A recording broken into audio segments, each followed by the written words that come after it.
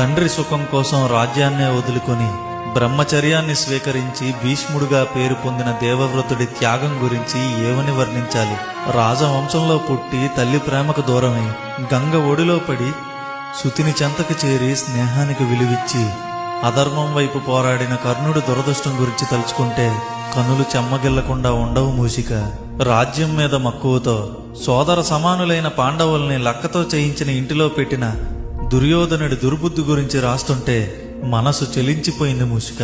ఆ పాచికలను హరించి మాయాజోదాన్ని ఆపేయాలనే ఆలోచన కలిగేది. నిండు సభలో ఒక స్త్రీమూర్తికి అన్యాయం జరుగుతుంటే ఆ సభలో అంతమంది పెద్దలున్నారు, ఒక్కరు కూడా ఎదిరించలేకపోయారు.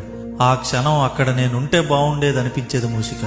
మోసం చేసి కౌరవులు గెలిచినా సరే ఓడినందుకు అజ్ఞాతవాసం అరణ్యవాసం చేసిన పాండవులు మహాపురుషులని కొనియాడబడ్డారు. పద్మవ్యూహంలో చిక్కుకొని విలయతాండవం ఆడిన అభిమన్యుడి గురించి ఈ రోజుకి కథలు కథలుగా చెప్పుకుంటున్నారు. అసూయతో నిండిన దుర్యోధనుడు లాంటి వాడి కూడా కర్ణుడి రథం నేలకోలగానే మిత్రమా, రాజ్యం పోయినా పర్వాలేదు, నువ్వు కావాలి అని స్నేహం యొక్క విలువని ఈ లోకానికి చాటి చెప్పాడు. అర్ధరాత్రి వేళ అధర్మ యుద్ధం చేసి ఉప పాండవులతో సహా అందర్నీ ఊచకోత కోసి ఎంత పాపం మూట కట్టుకున్నావయ్యా అశ్వత్థామ.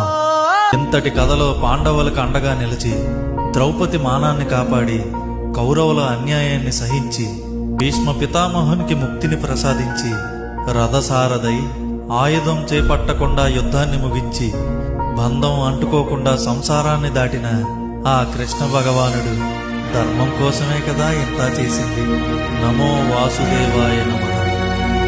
ఈ లోకంలో ఉన్నవి, ఉండేవి, ఉండబోయేవి అన్నీ ఈ గ్రంథంలో ఉన్నాయి.